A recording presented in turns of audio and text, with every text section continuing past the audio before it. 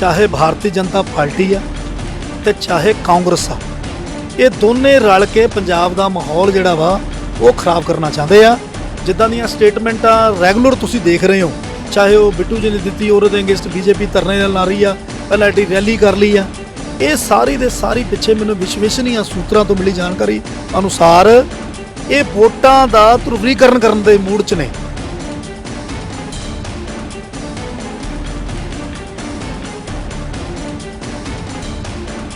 ਸ਼੍ਰੀ ਅਟਲ ਬਿਹਾਰੀ ਵਾਜਪਾਈ ਸਾਹਿਬ ਅਤੇ ਪੰਜਾਬ ਦੇ ਲੋਕਾਂ ਦੇ ਦਿਲਾਂ ਦੀ ਧੜਕਣ, ਪੰਜਾਬ ਦੇ ਰਹਿਨੁਮਾ ਸਰਦਾਰ ਪ੍ਰਕਾਸ਼ ਸਿੰਘ ਬਾਦਲ ਸਾਹਿਬ ਨੇ ਜਦੋਂ ਆਪਸ ਵਿੱਚ ਇਕੱਠਿਆਂ ਹੋਏ ਤੇ ਹਿੰਦੂ ਅਤੇ ਸਿੱਖ ਨੂੰ ਬਹੁਤ 12 ਸਾਲਾਂ 'ਚ ਜਿਹੜਾ ਦੂਰ ਕਰ ਦਿੱਤਾ ਸੀ, ਉਹ ਇਕੱਠੇ ਕਰਦੇ।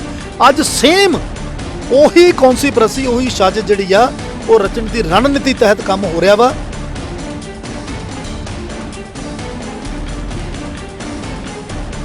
ਮੋਦੀ ਸਾਹਿਬ, ਤੁਸੀਂ ਇਸ ਦੇਸ਼ ਦੇ ਪ੍ਰਥਮ ਸੇਵਕ ਆ। ਤੁਹਾਡੇ ਲਈ ਵਿਸ਼ੇਸ਼ ਤੌਰ ਤੇ ਇਦਾਂ ਦੀ ਠੰਡ ਦੇ ਅੰਦਰ ਜਿਹੜਾ ਪੰਜਾਬ ਦਾ ਨਹੀਂ ਦੇਸ਼ ਦਾ ਅੰਨਦਾਤਾ ਜਿਹੜਾ ਵਾ ਅੱਜ ਸ਼ਹੀਦ ਹੋ ਰਿਹਾ ਵਾ, ਉਹਨਾਂ ਬਿੱਲਾਂ ਦੇ ਖਿਲਾਫ ਉਹ ਲੜਾਈ ਲੜ ਰਹੇ, ਅੰਦੋਲਨ ਕਰ ਰਹੇ ਨੇ। ਤੁਸੀਂ ਉਹਨਾਂ ਤੇ ਰਹਿਮ ਕਰੋ, ਤੁਸੀਂ ਉਹਨਾਂ ਤੇ ਦੇਸ਼ ਦੇ ਪ੍ਰਧਾਨ ਮੰਤਰੀ ਵਰਗੇ ਬਣ ਕੇ ਉਹਨਾਂ ਦਾ ਇਹ 3 ਬਿੱਲ ਜਿਹੜੇ ਨੇ 5 ਮਿੰਟ ਦਾ ਸਿਰਫ ਕੰਮ ਆ ਬ੍ਰਦਰ। 5 ਮਿੰਟ ਦੇ ਅੰਦਰ ਸਿਰਫ ਕਰਨਾ ਕੀ ਹੈ, ਮੈਜੋਰਿਟੀ ਇਹਨਾਂ ਦੇ ਕੋਲ ਆ, ਵਿਰੋਧ ਕਿਸੇ ਨੇ ਕਰਨਾ ਨਹੀਂ। ਵਿਪਕਸ਼ ਕਿਸਾਨਾਂ ਦੇ ਨਾਲ ਖੜਾ, ਬਿੱਲ ਲਿਆ ਕੇ ਨੂੰ ਰੱਦ ਕਰਨ ਸੰਸਦ ਦੇ ਅੰਦਰ, ਰਾਸ਼ਟਰਪਤੀ ਜੀ ਨੇ ਸਾਈਨ ਕਰ ਦੇਣੇ ਨੇ। ਕੋਈ ਭਾਰਤੀ ਜਨਤਾ ਪਾਰਟੀ ਦਾ ਕੋਈ ਕਾਰਿਆਕਰਤਾ ਵੀ ਨਹੀਂ ਇਹ ਚਾਹੁੰਦਾ ਕਿ ਇਹ ਮੂਵਮੈਂਟ ਜਿਹੜੀ ਆ ਹੋਰ ਅੱਗੇ ਵਧੇ। ਉਹ ਅੰਦਰ ਖਾਤੇ ਵੀ ਹੱਥ ਜੋੜਦੇ ਫਿਰਦੇ, ਗੋਡੇ ਘੁੱਟਦੇ, ਪਰ ਉਹਨਾਂ ਦੀ ਵਿਚਾਰਿਆਂ ਦੀ ਚੱਲਦੀ ਨਹੀਂ, ਉਹਨਾਂ ਦੀ ਸੁਣਦਾ ਹੀ ਕੋਈ ਨਹੀਂ। ਮੈਂ ਤੁਹਾਨੂੰ ਪਹਿਲਾਂ ਵੀ ਬੇਨਤੀ ਕੀਤੀ ਆ ਕਿ ਜਿਸ ਦਿਨ ਸੱਚੇ ਪਾਤਸ਼ਾਹ ਨੇ, ਪਰਮਾਤਮਾ ਨੇ, ਭਗਵਾਨ ਰਾਮ ਨੇ ਜਿੱਦਣ ਮੋਦੀ ਸਾਹਿਬ ਨੂੰ ਸਮਝਾਤਾ ਸੁਪਨੇ 'ਚ ਆ ਕੇ ਤੇ ਅਮਿਤ ਸ਼ਾਹ ਜੀ ਨੂੰ ਸਮਝਾਤਾ, ਤੇ ਦੂਜੇ ਦਿਨ ਸਾਰਾ ਚੈਪਟਰ ਕਲੋਜ਼।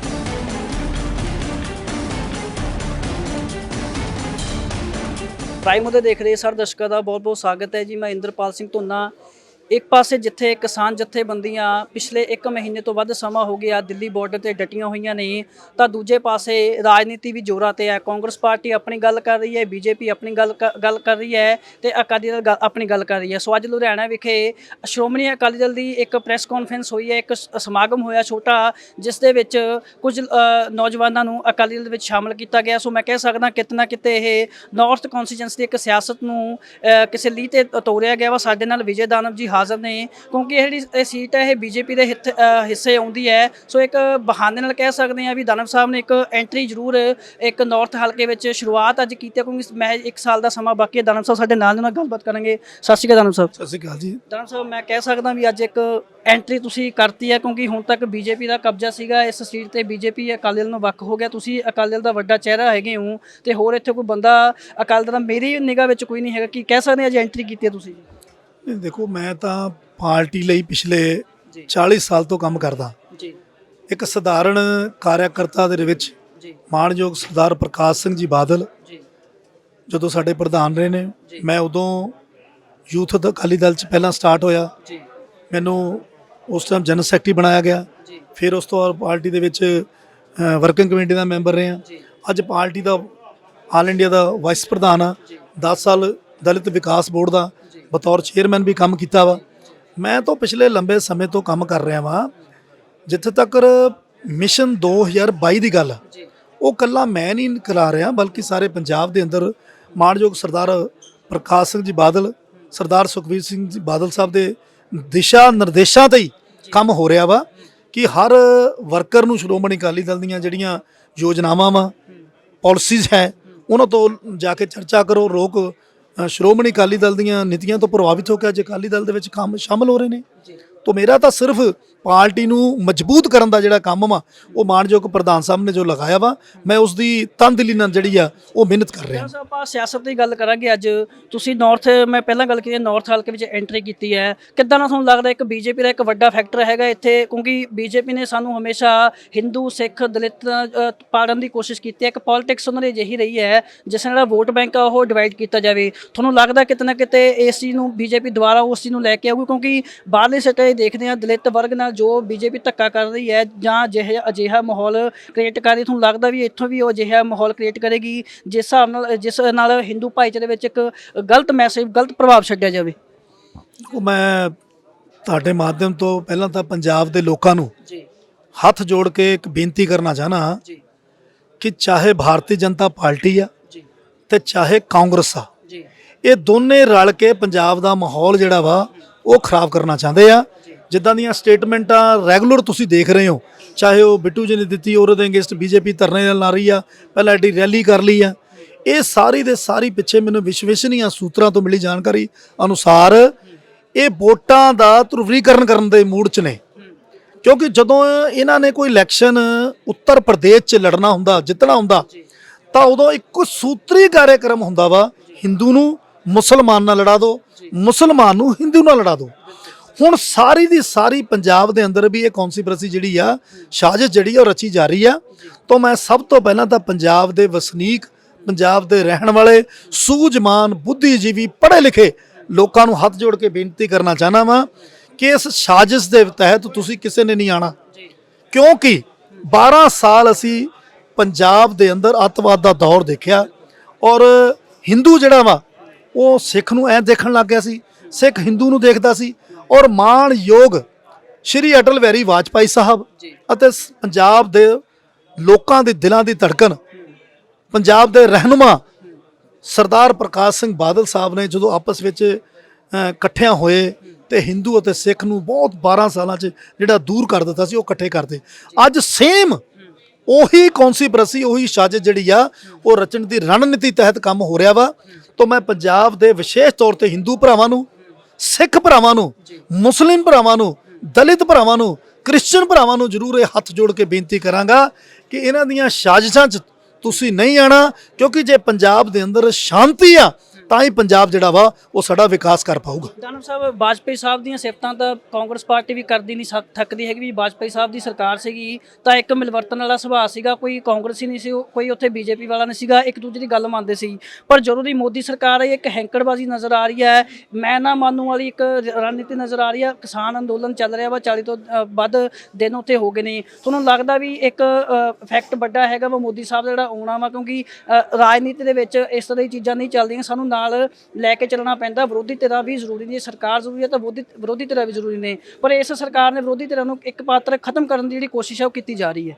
ਦੇਖੋ, ਇਹ ਤਾਂ ਮੈਂ ਸਭ ਤੋਂ ਪਹਿਲਾਂ ਤਾਂ ਇਹ ਕਹਿਣਾ ਚਾਹਨਾ ਵਾਂ ਕਿ ਜਿਹੜਾ ਸੰਸਦ ਦੇ ਅੰਦਰ ਇੰਨਾ ਬਹੁਮਤ ਮਿਲਿਆ ਵਾ ਉਹਦਾ ਮਿਸਯੂਜ਼ ਹੋ ਰਿਹਾ, ਇੱਕ।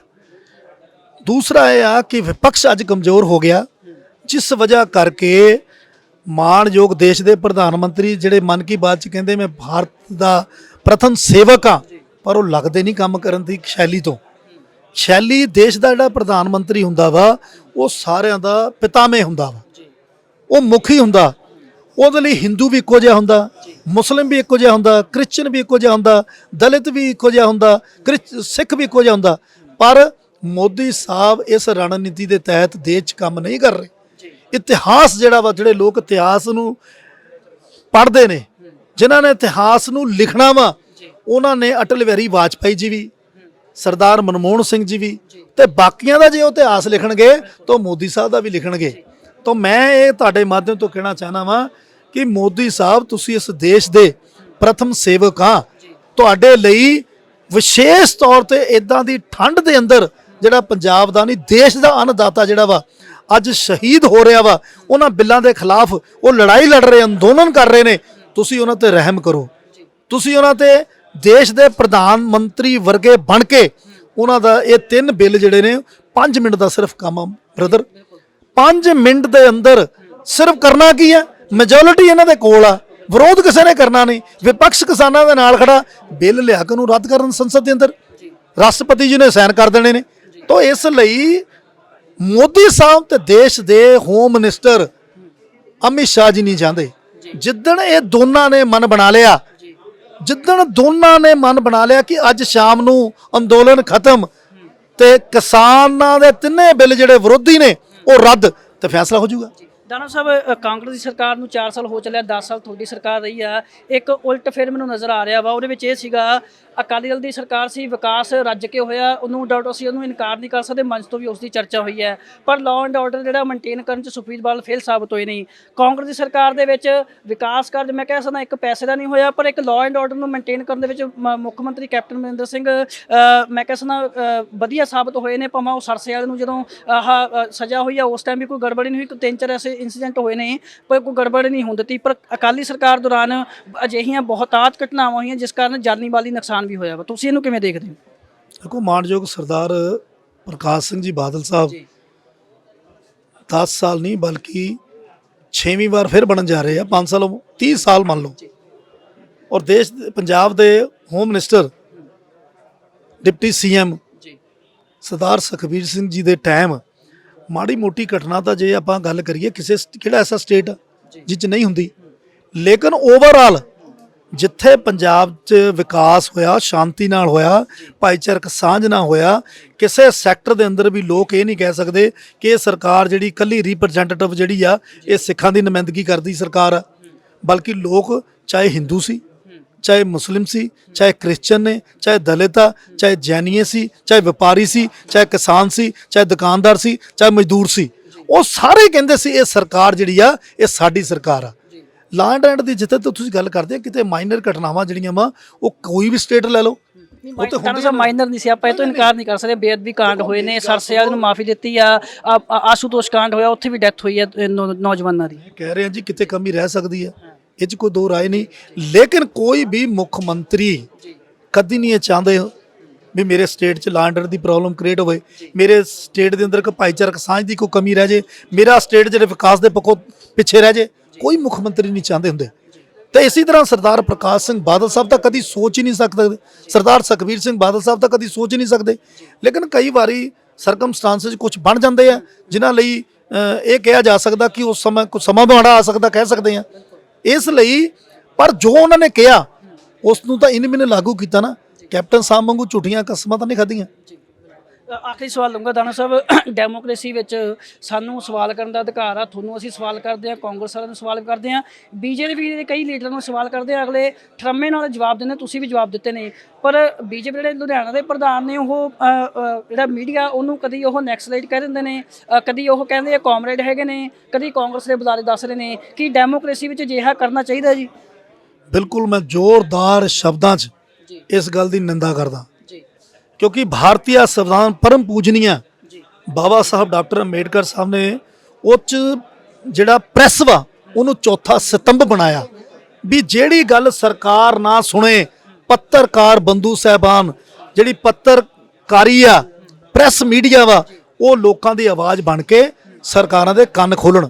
ਉਹਦਾ ਕਾਰਨ ਆ ਜੀ ਉਹ ਸਾਰੇ ਦੇ ਸਾਰੇ ਨਾ ਝੂਠੇ ਆ। ਜੇ ਉਹ ਸੱਚੇ ਹੁਣ ਤਾਂ ਤੁਹਾਡਾ ਸਾਹਮਣਾ ਕਰਨ, ਅਗਰ ਸੱਚੇ ਹੁੰਦੇ ਤਾਂ ਇਦਾਂ ਕਿਉਂ ਕਰਨ। ਦੂਸਰੀ ਗੱਲ ਮੈਂ ਕਹਿ ਸਕਦਾ ਵਾਂ ਕਿ ਚੰਗੇ ਜਿਹੜੇ ਚੁੰਮਵੇਂ ਸਵਾਲ ਆ ਨਾ ਉਹ ਫਿਰ ਜਾਨ ਕੱਢਦੇ ਹੁੰਦੇ ਆ। ਕਾਰਨ ਕੀ ਆ? ਕਿਉਂਕਿ ਤੁਸੀਂ ਪੁੱਛਣਾ ਸੱਚ, ਉਹਨਾਂ ਕੋਲ ਸੱਚ ਦਾ ਇਸ ਟਾਈਮ ਜਵਾਬ ਦੇਣ ਦਾ ਕੋਈ ਉਹਨਾਂ ਕੋਲ ਹੈ ਹੀ ਨਹੀਂ, ਫਾਰਮੂਲਾ ਹੀ ਨਹੀਂ। ਆਪਣੇ ਆਪ ਉਹ ਕਹਿੰਦੇ ਨੇ ਮੇਰੇ ਨਾਲ ਆਫ ਦੀ ਰਿਕਾਰਡ। ਮੈਂ ਕਈਆਂ ਨੂੰ ਪੁੱਛਿਆ, ਮੈਂ ਕਿਹਾ ਤੁਸੀਂ ਦੱਸੋ ਮੈਨੂੰ ਇਮਾਨਦਾਰੀ ਨਾਲ ਦੱਸੋ ਕਿ ਬਿੱਲ ਸਹੀ ਹੈ। ਉਹ ਕਹਿੰਦੇ ਜੀ ਹੁਣ ਕੀ ਕਰੀਏ ਜੀ, ਮਜਬੂਰ ਹਾਂ ਜੀ। ਇਸ ਲਈ ਆਫ ਦਾ ਰਿਕਾਰਡ ਮੈਂ ਤੁਹਾਨੂੰ ਕਹਿੰਦਾ ਕੋਈ ਭਾਰਤੀ ਜਨਤਾ ਪਾਰਟੀ ਦਾ ਕੋਈ ਕਾਰਿਆਕਰਤਾ ਵੀ ਨਹੀਂ ਇਹ ਚਾਹੁੰਦਾ ਕਿ ਮੂਵਮੈਂਟ ਜਿਹੜੀ ਆ ਹੋਰ ਅੱਗੇ ਵਧੇ। ਉਹ ਅੰਦਰ ਖਾਤੇ ਵੀ ਹੱਥ ਜੋੜਦੇ ਫਿਰਦੇ, ਗੋਡੇ ਘੁੱਟਦੇ, ਪਰ ਉਹਨਾਂ ਦੀ ਵਿਚਾਰਿਆਂ ਦੀ ਚੱਲਦੀ ਨਹੀਂ, ਉਹਨਾਂ ਦੀ ਸੁਣਦਾ ਹੀ ਕੋਈ ਨਹੀਂ। ਮੈਂ ਤੁਹਾਨੂੰ ਪਹਿਲਾਂ ਵੀ ਬੇਨਤੀ ਕੀਤੀ ਆ ਕਿ ਜਿਸ ਦਿਨ ਸੱਚੇ ਪਾਤਸ਼ਾਹ ਨੇ, ਪਰਮਾਤਮਾ ਨੇ, ਭਗਵਾਨ ਰਾਮ ਨੇ ਜਿੱਦਣ ਮੋਦੀ ਸਾਹਿਬ ਨੂੰ ਸਮਝਾਤਾ ਸੁਪਨੇ 'ਚ ਆ ਕੇ ਤੇ ਅਮਿਤ ਸ਼ਾਹ ਜੀ ਨੂੰ ਸਮਝਾਤਾ ਤੇ ਦੂਜੇ ਦਿਨ ਸਾਰਾ ਚੈਪਟਰ ਕਲੋਜ਼। ਪਰ ਜਿਹੜਾ ਬੰਦਾ ਰੱਬ ਨੂੰ ਡੱਬ ਸਮਝਦਾ ਉਹਦਾ ਕੀ ਕੀਤਾ ਜਾ ਸਕਦਾ? ਉਹ ਤਾਂ ਉਹ ਮੈਂ ਨਹੀਂ ਸੋਚ ਸਕਦਾ ਇਦਾਂ ਸਮਝਣਗੇ। ਹੈ ਤਾਂ ਚਲੋ ਬਹੁਤ ਧਾਰਮਿਕ ਆ, ਕਦੀ ਕਾਂਚੀ ਜਾਣਾ, ਕਦੀ ਬਨਾਰਸ ਜਾਂਦੇ ਆ, ਕਦੀ ਗੁਰਦੁਆਰਾ ਸਾਹਿਬ ਜਾਂਦੇ, ਪਰ ਪ੍ਰਮਾਤਮਾ ਦੀ ਕਿਰਪਾ ਵੀ ਆ। ਪਰ ਉਧਰ ਨੂੰ ਜੇ ਤੀਜਾ ਨੇਤਰ ਜਿਹੜਾ ਨਾ ਉਹ ਖੁੱਲਿਆ ਨਹੀਂ। ਜਿੱਦਣ ਉਹ ਤੀਸਰਾ ਨੇਤਰ ਖੁੱਲ ਗਿਆ, ਰਾਤ ਨੂੰ ਆ ਕੇ ਪ੍ਰਮਾਤਮਾ ਨੇ, ਭਗਵਾਨ ਰਾਮ ਨੇ, ਭਗਵਾਨ ਸ਼ਿਵ ਨੇ ਤੇ ਸੱਚੇ ਪਾਤਸ਼ਾਹ ਨੇ ਆ ਕੇ ਜਦੋਂ ਇੱਕ ਵਾਰੀ ਸਮਝਾਤਾ ਨਾ ਵੀ ਮੋਦੀ ਸਾਹਿਬ ਬਹੁਤ ਹੋ ਗਈ ਆ, ਵਾਪਸ ਮੁੜਿਓ, ਉਸੇ ਦਿਨ ਸੰਸਦ ਵੀ ਬੁਲਾ ਲਿੱਤੀ ਜਾਣੀ ਹੈ ਤੇ ਟੋਟਲ ਸਿਰਫ ਜਿਹੜਾ ਵਾ ਉਹ 20 ਮਿੰਟ ਲੱਗਣੇ ਆ ਬਿੱਲ ਆਉਣ ਨੂੰ ਤੇ ਬਿੱਲ ਰੱਦ ਹੋਣ ਨੂੰ। ਤਾਂ ਚੈਪਟਰ ਖਤਮ। ਅੰਨਦਾਤਾ ਜਿਹੜੇ ਸ਼ਹੀਦ ਹੋ ਰਹੇ ਨੇ ਉਹ ਇਮਾਨਦਾਰੀ ਨਾਲ ਆਪਣੇ ਪਰਿਵਾਰਾਂ ਦੇ ਵਿੱਚ ਆ ਕੇ ਸੁਖ ਸ਼ਾਂਤੀ ਦੇ ਨਾਲ ਆਪਣੇ ਪਰਿਵਾਰਾਂ 'ਚ ਰਹਿਣਗੇ। ਇਹ ਗੱਲ ਮੈਂ ਤੁਹਾਡੇ ਮਾਧਿਅਮ ਤੋਂ ਮਾਣਯੋਗ ਦੇਸ਼ ਦੇ ਪ੍ਰਥਮ ਸੇਵਕ ਮਨ ਕੀ ਬਾਤ ਵਿੱਚ ਕਹਿਣ ਵਾਲੇ ਉਹਨਾਂ ਨੂੰ ਜ਼ਰੂਰ ਨਿਵੇਦਨ ਕਰਨਾ ਚਾਹਨਾ ਕਿ ਤੁਸੀਂ ਦੇਸ਼ ਦੇ ਪ੍ਰਥਮ ਆਪਣੇ ਆਪ ਨੂੰ ਸੇਵਕ ਕਰ ਰਹੇ ਹੋ ਤਾਂ ਸੇਵਕਤਾ ਦਿਖਣ ਨੂੰ ਵੀ ਮਿਲਣੀ ਚਾਹੀਦੀ ਆ, ਉਹ ਦੇਖਣ ਨੂੰ ਵੀ ਦਿਖਾਓ। ਸੰਸਦ ਦਾ ਬਿੱਲ ਜਿਹੜਾ ਪਾਰਲੀਮੈਂਟ ਦਾ ਸੈਸ਼ਨ ਬੁਲਾ ਕੇ ਉਹਨੂੰ ਬੁਲਾ ਕੇ 2 ਮਿੰਟ ਦਾ ਤੁਹਾਡਾ ਕੰਮ ਵਾ, ਇੱਕ ਨੇ ਮਤਾ ਲਿਆਣਾ ਤੇ ਸਾਰੇ ਨੇ ਹੱਥ ਖੜੇ ਕਰ ਦੇਣੇ ਆ। ਤਾਂ ਮੈਂ ਤੁਹਾਨੂੰ ਮਾਣਯੋਗ ਮੋਦੀ ਸਾਹਿਬ ਦੇ ਹੱਥ ਜੋੜ ਕੇ ਬੇਨਤੀ ਕਰਨਾ, ਕਿਉਂਕਿ ਪੰਜਾਬ ਦੇ ਲੋਕ ਨਹੀਂ ਬਲਕਿ ਪੂਰੇ ਹੁਣ ਦੇਸ਼ ਦੇ ਲੋਕ ਜਿਹੜੇ ਨੇ ਉਹ ਅੰਨਦਾਤਾ ਜਿਹੜੇ ਨੇ ਉਹ ਸੜਕਾਂ ਤੇ ਇੰਨੀ ਠੰਡ ਦੇ ਅੰਦਰ ਬੈਠੇ ਨੇ, ਉਹਨਾਂ ਤੇ ਤਰਸ ਕਰੋ, ਤਰਸ ਕਰੋ ਉਹਨਾਂ ਤੇ। ਉਹਨਾਂ ਦੇ ਵੀ ਬੱਚੇ ਨੇ, ਉਹਨਾਂ ਦੇ ਵੀ ਪਰਿਵਾਰ ਨੇ, ਉਹ ਸ਼ਹੀਦ ਹੋ ਰਹੇ ਨੇ, ਉਹ ਤੁਹਾਨੂੰ ਕਿੱਥੋਂ ਬਖਸ਼ਣਗੇ। ਇਤਿਹਾਸ 'ਚ ਤੁਸੀਂ ਇਹ ਗੱਲ ਨੋਟ ਰੱਖਿਓ, ਇਤਿਹਾਸ ਜਦੋਂ ਲਿਖਿਆ ਜਾਂਦਾ ਤਾਂ ਕਲਮ ਜਿਹੜੀ ਆ ਉਹ ਸੱਚ ਲਿਖਦੀ ਹੈ। ਬਹੁਤ ਬਹੁਤ ਧੰਨਵਾਦ। ਥੈਂਕ ਯੂ ਜੀ ਵੈਰੀ ਮਚ। ਸੋ ਇਹ ਸਨ ਵਿਜੇ ਦਾਨਵ ਜਿਨ੍ਹਾਂ ਨੇ ਵੱਡੀਆਂ ਗੱਲਾਂ ਕੀਤੀਆਂ ਨੇ। ਵੀ ਇੱਕ ਪਾਸੇ ਗੱਲ ਕੀਤੀ ਹੈ ਵੀ ਜਿਹੜੀ ਬੀਜੇਪੀ ਦੀ ਪਾਲਿਸੀ ਹੈ ਹਿੰਦੂ ਸਿੱਖਾਂ ਨੂੰ ਲੜਾਉਣ ਵਾਸਤੇ, ਹਿੰਦੂ ਮੁਸਲਿਮ ਨੂੰ ਲੜਾਉਣ ਵਾਸਤੇ, ਹਿੰਦੂਆਂ ਨੂੰ ਦਲਿਤਾਂ ਨੂੰ ਲੜਾਉਣ ਵਾਸਤੇ। ਸੋ ਲੋਕਾਂ ਨੂੰ ਸੁਚੇਤ ਕੀਤਾ ਵਿਜੇ ਦਾਨਵ ਹੋਰਾਂ ਨੇ ਵੀ ਲੋਕਾਂ ਨੂੰ ਸੁਚੇਤ ਹੋਣ ਦੀ ਲੋੜ ਹੈ। ਇਹਨਾਂ ਦੀ ਜਿਹੜੀ ਰਾਜਨੀਤੀ ਹੈ ਘਟੀਆ ਰਾਜਨੀਤੀ, ਉਹਦੇ ਵਿੱਚ ਨਾ ਆਉਣ, ਆਪਣਾ ਭਾਈਚਾਰੇ ਜਿਹੜੀ ਸਾਂਝ ਹੈ ਉਹ ਬਣਾ ਕੇ ਰੱਖਣ। ਜਿੱਥੋਂ ਤੱਕ ਗੱਲ ਹੈ ਖੇਤ ਵਿਰੋਧੀ ਬਿੱਲਾਂ ਦੀ, ਕਾਨੂੰਨਾਂ ਦੀ, ਤਾਂ ਵਿਜੇ ਦਾਨਵ ਹੋਰਾਂ ਦਾ ਸਾਫ਼ ਤੌਰ 'ਤੇ ਇਹ ਕਹਿਣਾ ਹੈ ਵੀ ਜਿਸ ਦਿਨ ਭਗਵਾਨ ਨੇ ਕਿਰਪਾ ਕਰਤੀ, ਵਾਹਿਗੁਰੂ ਨੇ ਕਿਰਪਾ ਕਰਤੀ, ਉਸ ਦਿਨ ਮਿੰਟ 2 ਲੱਗਣਗੇ। ਇਹ ਨਰਿੰਦਰ ਮੋਦੀ ਸੰਸਦ ਦਾ ਸੈਸ਼ਨ ਬੁਲਾ ਕੇ ਜਿਹੜੇ ਕਾਨੂੰਨ ਨੇ ਇਹ ਵਾਪਸ ਲੈਣਗੇ। ਮੈਂ ਇੰਦਰਪਾਲ ਸਿੰਘ ਧੁੰਨਾ, ਕੈਮਰਾਮੈਨ ਅਮਰਪਾਲ ਨਾਲ, ਦੇਖਦੇ ਰਹੋ ਪ੍ਰਾਈਮ ਉਦੇ। ਸਤਿ ਸ਼੍ਰੀ ਅਕਾਲ।